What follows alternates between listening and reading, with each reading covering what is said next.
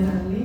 నాకు ఇచ్చిన మాట ఏమనంటే లోక సువార్త 23వ అధ్యాయము 34వ వచనంలో ఉంటుంది, తండ్రి వీరు ఏం చేస్తున్నారు, వీరు ఎదురు కనుక వీరిని క్షమించమని.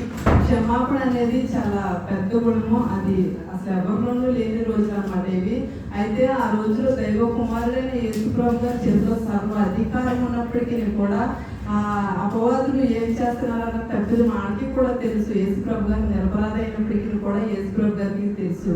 అయితే నోటితోటే అంజూరపు చెట్టుని శపించిన దేవుడు, యాయిరు కుమార్తెని నోటితోటే సెలవిచ్చి బ్రతికించిన దేవుడు, చనిపోయిన లాజరు కూడా సమాధి నుంచి లేపిన దేవుడు, తను తాను హింసించినప్పుడు, శ్రమ పెట్టినప్పుడు, కొట్టినప్పుడు, హేళన చేసినప్పుడు, ఈ రోజున ఒక్క మాట మనల్ని అన్నప్పుడు మనలో ఏ తప్పిదము లేకపోతే కనుక, ఒక మనిషి మన మాట అంటే నేను ఏ తప్పిదము లేకుండా నన్ను అనవలసిన అవసరం ఏముంది ప్రాయచిత్తం ఏదో ఒకటి చేయాలి, లేకపోతే నన్ను నేను ఏదో నిరూపించుకోవాలని ఆవేశపడి మనుషుల స్వభావం ఈ రోజుల్లో.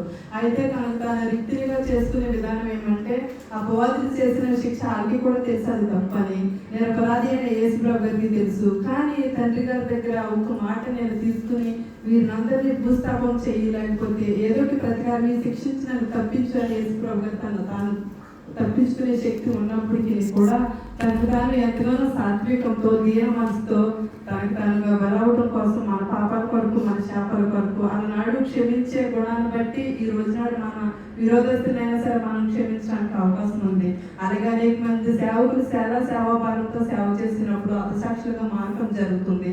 అతసాక్షులైన వారి కుటుంబీకుల నుంచి వచ్చిన సమాధానం ఏమంటే, ఒకవేళ ఏ విధంగా నా సేవకుడు బలైనా కానీ నేను వారిని క్షమిస్తానని. మరి ఎంతమందిలో ఈ రోజునాడు క్షమాపణ ఉన్నది అనేది, ఇతరులు మనం క్షమించినప్పుడే మన పాపాలు కూడా క్షమించబడతాయని. నేను వాక్యానుసారంగా ఏవి ప్రిపేర్ అవ్వలేదు, నా హృదయానుసారం బట్టి మాట్లాడాలనిపించింది. కాబట్టి ఈ రోజులో ఎవరినైనా సరే మనం ఎదుటివాడిని క్షమించినప్పుడు మన పాపాలు కూడా క్షమించబడతాయని అలనాడు యేసుప్రభు గారు మనకు చెప్పిన విధంగా అట్టి రీతిగా తగ్గించుకునే స్వభావం ప్రతి ఒక్కరిలో ఉండాలని కొద్దిమంది దేవుడు జీవించి ఆశీర్వదించున్నారు.